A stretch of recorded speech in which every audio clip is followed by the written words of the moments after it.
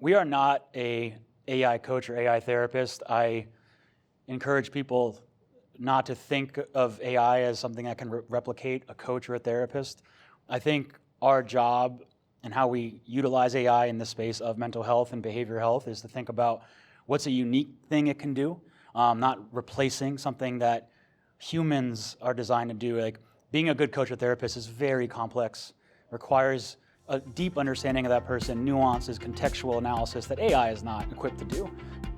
Welcome to Market Makers, the podcast where we dive into the minds of innovators and disruptors shaping the future of business and technology.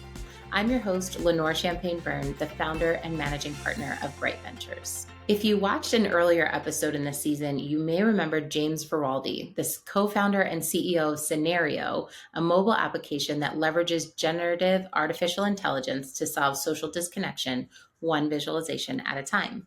Today's episode was recorded at the 2024 Bright Ventures annual meeting as a special bonus episode for Market Makers listeners.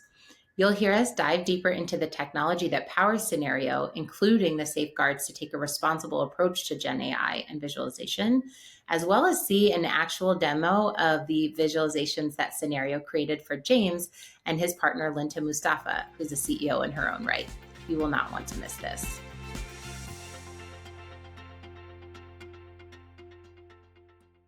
My name's James. I've been working as an operator in the consumer tech space for a long time, from small startups to places like Snapchat and TikTok, where I was before Scenario. And I feel like through those journeys, I've also been part of causing problems.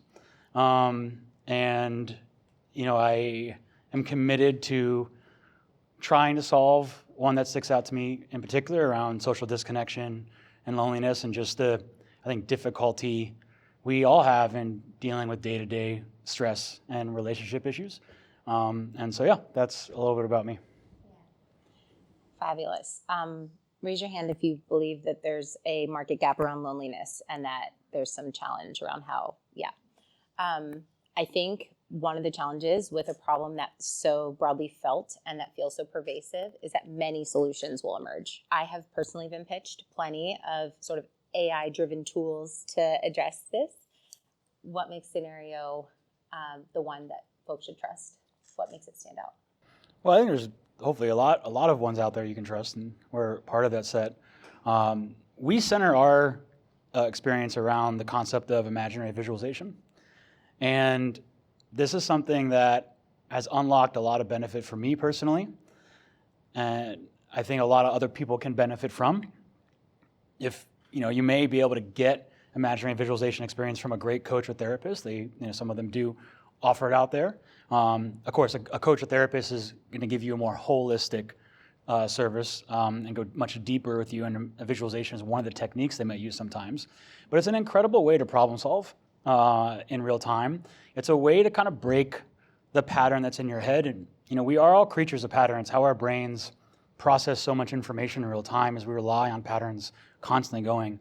And when you experience something negatively, those patterns get the best of you. And you can catastrophize, you can avoid, you kind of fall back into negative thinking. And visualization enables you to kind of get a different perspective and look at a situation differently. And it's just incredibly effective. It's not the best tool for every type of situation we face, but it's useful for a lot of them. And we just want to make it more ubiquitous and easier for people to access. And when you say visualization, are you actually giving me a visual to observe, to envision the scenario I'm grappling with? Well, not exactly. We'll see a demo in a little bit. So what we do is you just enter in any situation that you're stressed about right now. And the first thing it does, it starts to help you unpack that and what we call organize your thoughts. So a lot of times when we're feeling overwhelmed or frustrated or stressed about something, it's kind of chaos in our head. And it's really beneficial just to start to think about, okay, what do I really want out of this? What's really most important to me? What's getting in the way? What's a conflict I'm worried about could go wrong?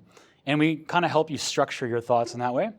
And then through that data and through data we're building as you use it around you and your traits and your personality and your values and fears and challenges, we essentially we have a massive database of evidence-based approaches that our clinical team has designed, and we will recommend an approach or try an approach, and we'll visualize you applying that, and we'll actually simulate you in that situation over either text or audio. We don't get into video or images, and a part of that is you can kind of get people into like what I refer to as the uncanny valley, where it starts to detach from reality too much when we try to add those multimedia dimensions. There's something about text and just audio-based that kind of keeps you grounded and feels realistic enough and doesn't kind of get you to that uncanny valley where now it's like, okay, this is just a fantasy, this is just fictional. We want it to feel like what you're actually experiencing. Got it. And you mentioned coaches and therapists and other tools. It sounds like maybe this is a piece of a broader spectrum of tools. Is that the intended use? Yeah, absolutely. We are not a AI coach or AI therapist. I encourage people not to think of AI as something that can replicate a coach or a therapist. I think our job and how we utilize AI in the space of mental health and behavioral health is to think about what's a unique thing it can do, not replacing something that humans are designed to do. Like being a good coach or therapist is very complex, requires a deep understanding of that person, nuances, contextual analysis that AI is not equipped to do. And conversation for another time, I hope never equipped to do, because I don't think we should be pursuing AGI. We focus on just the visualization part, and here's a technique, and here's a tool that you can access when you need it on demand. And we have folks who use the app in conjunction with a coach or therapist. We have folks who use it without it. So we definitely, but we don't think of it as a coach or as a therapist. And I think you're starting to touch on this, but it's such a big issue. AI really can be harmful when not considering the depth of human experience and the depth of human perspective, or when it replicates the biases that do exist, right, between us as humans. Can you give an example of how you all are thinking about the potential harms and preempting those in Scenario's product? Yeah, it's important. I'm sure everybody here has interacted with GPT at least, or other ones like Claude or Gemini. These models are not smart. They're just good prediction models. All they're doing is trying to predict the next sentence, the next thing. So they do things that wow us and make it seem like they're smart, but they're not smart. So they're going to make mistakes. We want to make sure they're not making mistakes in an area that can put someone in harm's way. So I'll give you an example of both one of our category 1 safety measures and a category 2 safety measure and the difference and the nuance between these. So category 1 safety measure is something where we block someone from creating a visualization.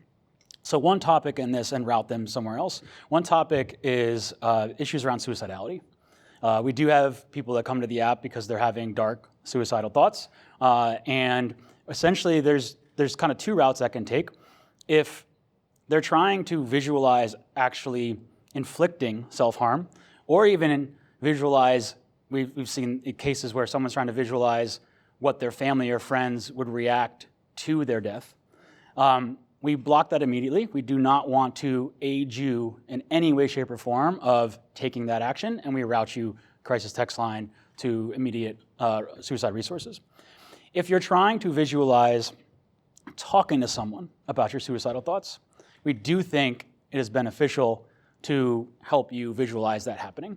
And we still will then route you to the resources. So an example, like 8 months ago, we had someone who was trying to talk to her dad about her suicidal thoughts. And she used the app to practice that. We did route her to the resources, but she had sent us an email a little while after saying that she was actually able to have that conversation with her dad after practicing in the app a few times. So that's sort of what we call a category 1. A category 2 would be measures we just input around issues around domestic violence. So we can detect if how you describe a situation or your past or the other person in a scenario has any history of violence or potential for violence. Then that gets flagged before a visualization is created. And if that is flagged, what happens is modifiers that go into the kind of visualization engine that's guiding the creation of that says, do not visualize a scenario where you are confronting this person one-on-one in any kind of private setting. It force functions the visualization to either having that conversation remotely over the phone with another person or friend present, or with a professional. So that's an example of like a category 2 safety measure. Yeah, definitely encouraging to hear the sort of routing triaging approach. And I'm curious who informs that approach and ensures that those are both clinically sound approaches to support in that moment? Yeah, so Matt Scalt is our full-time clinical lead, and he has a PhD in both neuroscience and psychology. And we have a board and kind of clinical advisors that serve under him.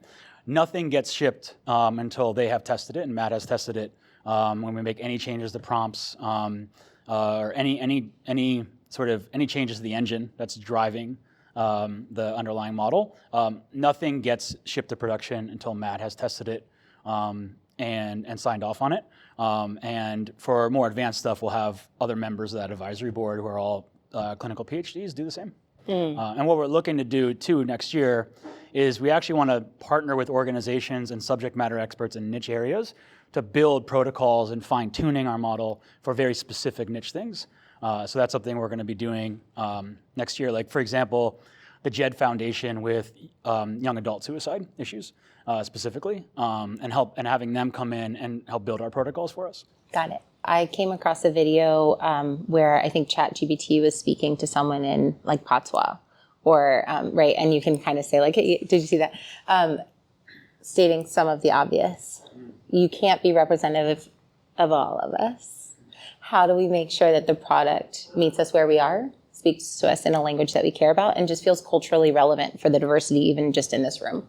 Yeah, it's a good question, and it's something that, I think on one hand, the models out there, the big LLMs are getting better, but there's still so many biases and things they get wrong. The way I also we as a team think about this is your cultural background is one component part and one ingredient that makes you, right? That is one part that determines how you show up in the world, how you deal with conflict, how you deal with relationships, what your fears are, what your values are. I think sometimes we make a mistake of assuming everyone who has a shared cultural background, has a shared worldview, has a shared identity in how they show up in the world. And so we're really cognizant about building our model of you based on the inputs you're giving us. So the way people are using the app is they're being very, very open and honest about what situations are bothering them, what they're worried could go wrong, why, what their goals are in that situation. And when you think about it, their cultural background is basically influencing that. So we're getting kind of the end part of it, which is the most insightful part about that individual, versus making assumptions based on a demographic profile point. Now, that does mean that one of the blind spots is the first few times you use the app, it's using more generalization, and the more you're using it, then we're really dialing it in on you, because we have this really interesting memory component that we've designed that's proprietary to us in terms of how we're building understanding of you. But another way to think about it is, so let's take me. I'm white, I'm a male, I am straight, I am spiritual, not religious. Now, if I gave you those traits about me, and I gave a random a relationship situation that I'm struggling with, and I asked everyone in this room how you think I would handle that situation, just with that data, I bet you would get a lot of different responses, right? Because you all also have biases. Everyone has biases, and most of them would be wrong. And so it's important that we don't overread in to one identity trait and say, okay, well, everybody else who has this identity trait, they must act and see the world the same way. And so that's why we're building the understanding and the models about you as an individual based on the input you're giving us on how you see the world and what your worries are. And the cultural components of that are going to influence that. Sometimes you're going to say them explicitly, sometimes they're going to be implicit through the data you're giving us. Yeah. And so what I think I'm hearing is it's taking the cultural background in context and into consideration, but it's just one piece of the puzzle. And actually, the biggest input source is what I tell you about me and what how scenario knows to interpret that. That's so I did graduate research on implicit bias and its prevalence in investing and in innovation. And one of the things that I have always appreciated as a sort of framework is this idea of layers of identity. Right? So it's like Black, female, Philadelphia, American, right? Income, class, all these things start to shape, and then self-concept, which is much less observable, layers into all of it. The other thing that I appreciate about it, and I have used the product, of course, is that our relationship to our identity can shift over time, right? And so, like the parts of me that felt most present at one point might feel less present at another. And what I've observed too is that as my own ideas have evolved, that product has actually evolved with me. Yeah, yeah, exactly. And another blind spot too in the product is what it's assuming about the other person in that situation, right? And so the first time you use it, we're gonna in a second see how Linta, my girlfriend, and I've been using the app for a long time with each other. But so the app knows a lot about Linta at this point through in my profile. It is learning about the other people over time. But the first couple times you do a scenario about a friend or a partner or a mother, or a colleague, it could get some assumptions wrong about that person. You can modify them, you can kind of create them, and that's, I think, a challenge that we're still trying to figure out is how to communicate that to new people using the app, that like, hey, it's doing some generalizations at first because we don't know anything about you, we don't want to make assumptions about you, but the more you use it, the more dialed in it's going to get, and the more it's going to feel like it really understands kind of how you see the world and what those challenges are. Yeah. I think that makes sense to me, and I will acknowledge I'm on a device so frequently for work, right? I'm constantly on my laptop, and when I'm not on my laptop and I'm trying to sit on the couch, then I'm on my phone. So I'm curious how you're thinking about sort of screen time overall and why someone should invest time in doing this, because it does sound like it requires more. It sounds like an investment of time. Yeah, no, for sure. It's that's something we hear from the folks using the app is, sometimes they'll go to GPT if they just want a quick Q&A, like, someone texted me this and I want to know what to text them back. We're offering a kind of deeper experience, more of a reflection experience on, okay, why are you struggling with knowing what to text back, like, and playing around with what are the different possibilities and looking at it like from a little more kind of a holistic view. I would say in general, I don't think like screens or technology are like a problem. It's just what applications we're putting on them and how we're using them. That's the problem. So there are a lot of good things you can do on this device. There are more bad things you can do on this device, for sure. But so I don't think of it as, I get this question sometimes of like, oh, you're trying to help people with disconnection. Shouldn't you avoid the phone? And it's like, well, yeah, but this is, all of us are walking around with this device. This device in itself is neutral. It's not really an issue. It's what we program on it, what applications we design for it, and what the incentives and the kind of the economics are of those applications. So yeah, I think there's lots of ways to use this device for good, and use technology for good, and we're trying to be an example of that. I appreciate it. I think we're ready to transition. We're about to try something very new, y'all. Linta is an extraordinary founder in her own right. She and James are partners, and we're actually going to see, and this part I did not prepare for, so you're going to get my raw questions here. We're going to see how they're using scenario and how anything, and hopefully take something away about how we can use it for our own relationships as we build community together. Take it away. Yeah. Do I load one of them up? Do you want to introduce yourself? Sure. Hi, I'm Linta. I'm also a founder. I'm building a company in the digital wellness space. So James and I, we have a crazy lifestyle. We're working all the time. And I think as scenario has evolved this past year, we've used it a lot in our relationship in really interesting ways. It's helped us a lot. So hopefully we can show you some of those examples today. We found we kind of use it in slightly different ways. Linta will sometimes use it to, if there's something she's trying to communicate with me, but knows it's something that I typically first have an emotional or defensive reaction, something I've been working on my whole life. She'll create a scenario of us having the conversation about the thing, and then she'll send it to me, because you can send the scenarios to people as well. And it's amazing how it just completely disarms me and my defensive mechanism to kind of like, I get the more like a version of what she's trying to say. And then I go into that conversation with her with my emotional kind of level down. and it's like, well, we're going to show you one of those. Linta, I'm curious, have you ever in any other context done like a mediated relationship, like whether that be couples therapy or like co-founder coaching or anything like that? I have not. You have not. Okay. I just think this is a really interesting intermediate step toward that, as someone who sort of has grown up in this space, because I think the dynamic it sounds like you're talking about is one where it helps to have a third set of ears to filter, translate, and diffuse. Yeah. Is that how you're experiencing it? Yeah, and I also think that one of the interesting things that I found from approaching it that way was it makes the other person feel like you care enough that you put some thought around this. Because I think sometimes when we go into a difficult conversation with someone, we say things quickly or harshly, and then they tend to have a defensive reaction because they feel like you didn't think about my feelings.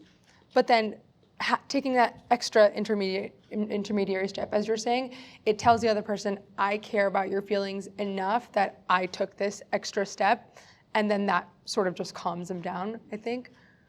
Okay, I might be jumping ahead, but something I'm very curious about, given what you're saying, is does that change over time? Like I've done couples therapy, I've done kind of co-founder coaching, and to me, in the best case outcome, it helps us communicate better without that intermediary, or at least changes what we can talk about, so our relationship grows. Is that something that you've experienced at all? Yeah, definitely. And I think one of the cool things about the scenario is, like before I send it to him, I like to go through it myself, and then it makes me also feel more like, all right, this is ideally how it's going to go. Yeah. And then when I go into that conversation, I can kind of see it going well. I mean, that's what the interesting thing is we visualize all sorts of scenarios all the time in our heads all day, but we don't always visualize them positively. We rarely visualize them positively. So this is a way of doing that. All right, well, let's take a look. I actually had picked, this first one is from me. I actually had picked a different one from months ago I was going to share. And then just beforehand, this situation happened, and I used the app to just cool my head. And then on the way here, we're like, oh, we should share the one just happened. So he was like, I'm still processing this. I'm still in this. This is it. This is like 2 hours ago. And so we're, in an essence of time, we're not going to show the whole flow of creating. This is one that's already been created. It's really interesting to kind of see that creation process. And how it will actually, like when you see the goal and blocker, as you use the app more, it'll suggest goals and blockers based on your personality and history and knowledge about you, and they get crazy accurate where you don't even need to enter them anymore. You just tap one of them. And then when you visualize it, what it does, it's creating a mock version of us having this interaction. And there's... It's a long chat you guys have about the close. Yeah, but it gets crazy accurate. Yeah, this is kind of weird for me because this is kind of how I would talk, and it's because she's had this line before, and it remembers that. Right. And so and it just like for me, I'm getting stressed in the moment. I don't want to be reactive. I don't want to like create a bigger problem, right? And so I just visualize the scenario. And it just helps me kind of solve it within my own head. Like I don't take these things and say them. I don't like look at my phone and say this to Linta. It's not a transcript. It just helps me kind of get out of my head in that moment because I'm someone who kind of spirals sometimes when I'm kind of feeling frustrated around something, and this just helps me stop spiraling. Yeah, I'm hearing from Linta that part of it is like it does help sometimes to organize your thoughts before you speak to someone. Sometimes we have time and forum and sometimes we don't, but this is a tool for that. And I'm also hearing, it sounds like it's helping you anchor yourself even in that moment, like stay grounded while you're there because you've got something positive to aspire to as an outcome. So the next one I'm going to show you, it's on my phone because this is from a while ago. Linta is from Canada. I'm happy to say she now lives in Portland, Oregon with me as of a few weeks ago. But back then, we didn't have the app available in Canada yet, so it was just in the US, so she had to use it on my phone. And she did this one I'm going to show you, and I'll let her talk about it on my phone, and then just handed it to me. So she like grabbed my phone when I was like in the bathroom and then did a scenario, and I came back and she handed it to me. So I'll just fast forward to that. I'm going fast because there are some intimate, private things in here about me. I told you it was real time. Yeah. This is very unfiltered. I didn't know what the scenarios would be. Okay, go ahead. So the backstory of this is I'm giggling because my bestie and I just had this conversation. We were like, love the thought, not the piece. This isn't it. that's exactly. She just raised her hand. I was not going to call you out, babe, but okay, go I on. couldn't have said it better. So Jay and I have been doing this long distance back and forth thing for a while, and he likes to do this thing where every time I see him, he likes to sort of make it special. One time I see that I was seeing him, and he was like, "Oh, I got you this locket," and he was so excited. And after I got it, I start looking through it. It was this designer that I didn't know. It was like this, bougie, small LA designer. I was like, I know he doesn't know. So I know that he had done research, and the way the locket was, you turn it over, and it had a picture of us on the back. And so he was telling me about how many times he had to get the pictures reprinted to like size it and fit it perfectly. As soon as I saw the locket, I knew it wasn't going to work for me because the back was open. So as soon as it would get a little bit of water in there, the picture would be destroyed. Like, My locket knowledge is very low, so I didn't so know anything about this. the thought process was there. It was so sweet, and I kept thinking for the next few days, like, how do I tell him I don't want this?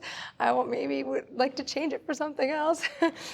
So I played the scenario in my head a couple of times, and then eventually I ended up just creating a scenario and sending it to him, and that worked really well. I mean, initially, it just helped him be less guarded when he saw the conversation, and then we just talked about it, and it was fine. Mm-hmm. Yeah. It sounds like, okay, thank you, by the way, for the vulnerability and for your willingness to help us see. I think if I'm wrapping this up, what I think I understand is that we can use scenario to have conversations, big and small, that feel uncomfortable, that feel like they maybe spin us out of it. But use it as sort of a tool to anchor in community and in relationships. Yeah. What would you add? I would say, we see people using it, like big and small is a good example. We had one of our investors earlier this year use it to practice asking his girlfriend's dad for her blessing to propose. Yeah, it's a tough conversation, right? You only get to have it once. You should only have it once. It was like very helpful. That's a big conversation. That's a milestone event. And then little stuff like we just showed you, the things that just happened during the day. Life is hard. Like, I don't care who you are. It's difficult being a human. And our minds are very complex. They're always racing. We have a lot of anxiety. That's a good reason. Anxiety also keeps us alive, keeps us not walking down the dark alley or making dumb decisions. Anxiety is important to have, but it can get the better of us a lot.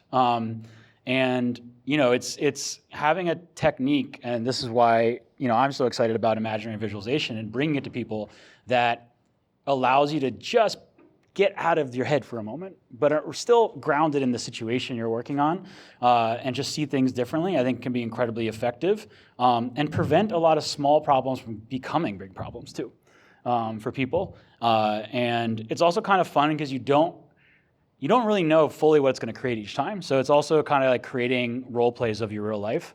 So there's kind of like a gamification element of it too. That's kind of interesting. Hopefully we can just keep finding ways to bring this to more people. That brings us to the end of another episode of the Market Makers podcast. Special thank you to James Veraldi and Linta Mustafa for joining us and for giving us an up-close and personal look at how Scenario uses Gen AI and visualization to offer practical solutions to social disconnection.